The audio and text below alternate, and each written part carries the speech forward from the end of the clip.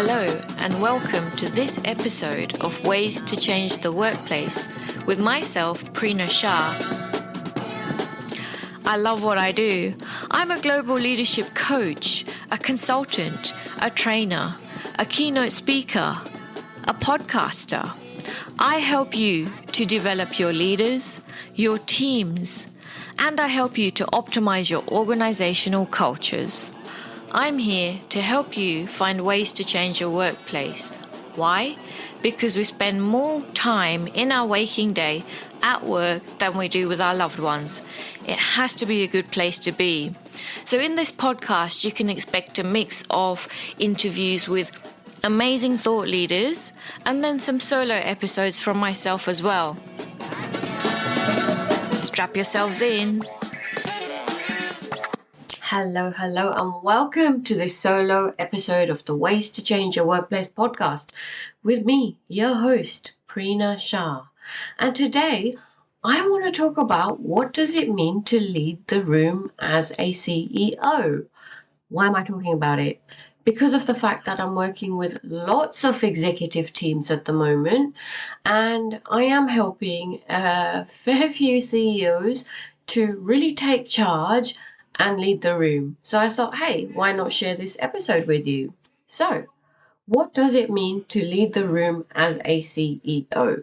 Okay, leading the room isn't just about walking in and taking command because of your job title. It's about creating an environment where your presence shifts the energy, where people engage not out of obligation, but out of inspiration. It's about showing up with the confidence to ask the right questions, the wisdom to embrace silence, and the influence to guide without dictating. I know, there's a lot there, yeah? It's strategic leadership at its finest, a balance between commanding authority and creating collaboration. It's quite the skill. So, why is it important for CEOs to master such a skill? Let's start with what happens if you don't master this skill.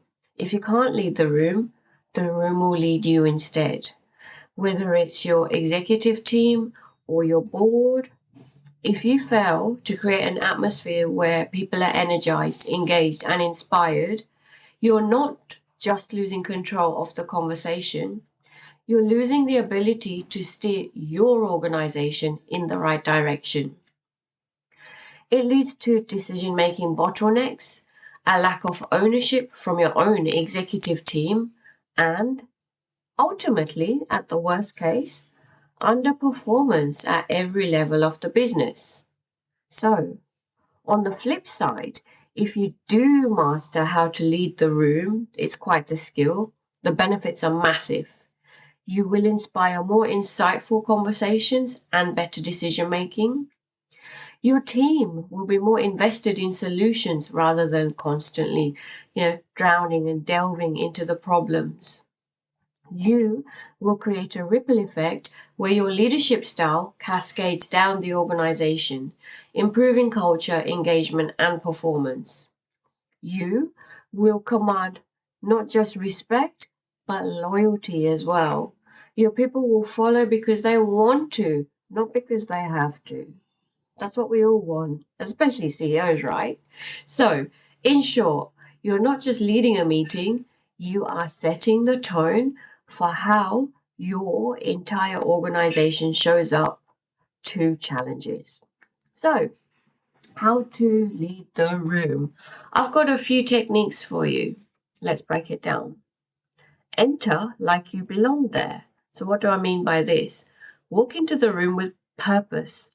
Pause, survey the room, and breathe. It sets the stage for control without arrogance, making you appear intentional and focused. There's really something about the presence of someone as soon as they walk into the room. We can all feel it. You know what I'm talking about. So literally, practice pausing before you enter the room. Take control of your energy and set the tone from the get-go, from the start. The second point, lead with questions, not answers. And I state this because here I'm really talking about the Hippo Effect, the highest paid person's opinion in the room, the Hippo Effect. I think that's what it stands for. Anyway, you know what it is. So ask questions that open minds, challenge assumptions, and encourage creative thinking. Why? Because it shifts the focus from you to the collective power of the room and their brains. Your team feels heard, respected, and challenged. Positively challenging your team is excellent. So, before your next meeting, prepare some thought provoking, open ended questions that no one expects and see where you end up. The third point I really want to talk to is to own your silences. Resist the urge to fill the silence, to fill that void. Let your pauses carry weight. There's such an important strength in enabling silence and letting silence be your friend. Silence forces people to think deeply and to take ownership of their own responses. It also makes your words more impactful when you do speak. So, after asking a question, count to 5 in your head before speaking again. Allow the discomfort to build. It is a catalyst for better insights. And also remember, some people need time to process and respond to you. Also remember the fact that you've got positional power and sometimes people may well not respond immediately to you. So own your silences. The fourth point I want to talk to is to use stories to control the narrative. So introduce stories that illustrate key lessons or frame challenges in a way that data cannot. Why? Because stories stick. People are more likely to follow your vision if they can feel it, not just if they see the numbers.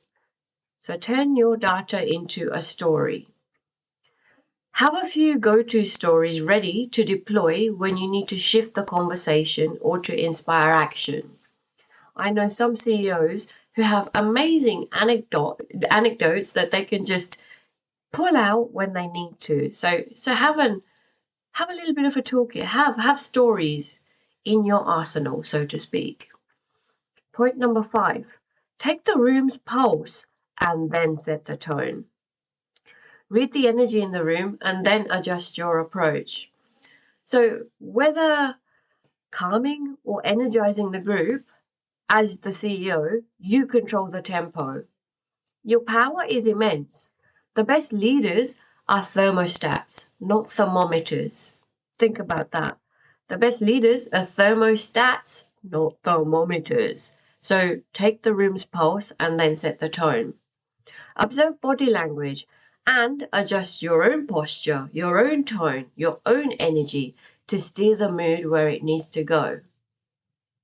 And then the last point, it might not be viable for every single meeting that you're in, but the meetings that you are in, leave before you're done. Okay?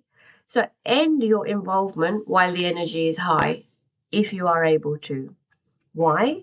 Because it leaves people wanting more and it empowers them to take charge. Your absence can be as powerful as your presence. Remember that. So how? After making your key points, conclude with a statement like, I trust you've got this under control. I'll leave you to work through the details and exit. Okay? So leave the room before you're done if you can. If you're in an executive meeting, you can absolutely say this as well. So after making your key points, conclude with a different statement where you are hanging around. I trust you've got this under control. I will let you now work through the details and come up with a decision. And sit there and then go back to the previous point where I talked about silence. Let silence be your friend in this case. So, if you're a CEO or an executive looking to elevate your leadership and take your team to new heights, I'd love to help you build the skills that truly lead the room for you. These techniques aren't just theoretical, they are actionable, proven strategies that will transform the way that your team responds to your leadership. Let's develop your executive team into the high-performance, cohesive unit that drives results and creates a legacy. Get in touch with me. My details are in the show notes, and let's work together to optimize your leadership presence and your organizational culture. You've already got the title. Now it's time to own the freaking room. Let's talk. I will see you in the next episode on LinkedIn, on Instagram, or wherever else. Until then, bye for now from your host, me, Prina Shah. How good was that episode? If you liked it, be sure to share it with a couple of other people. Also, in the show notes are details about my newsletter.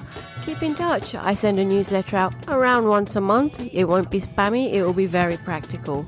And if we're not connected on LinkedIn yet, we must be. Connect with me on LinkedIn.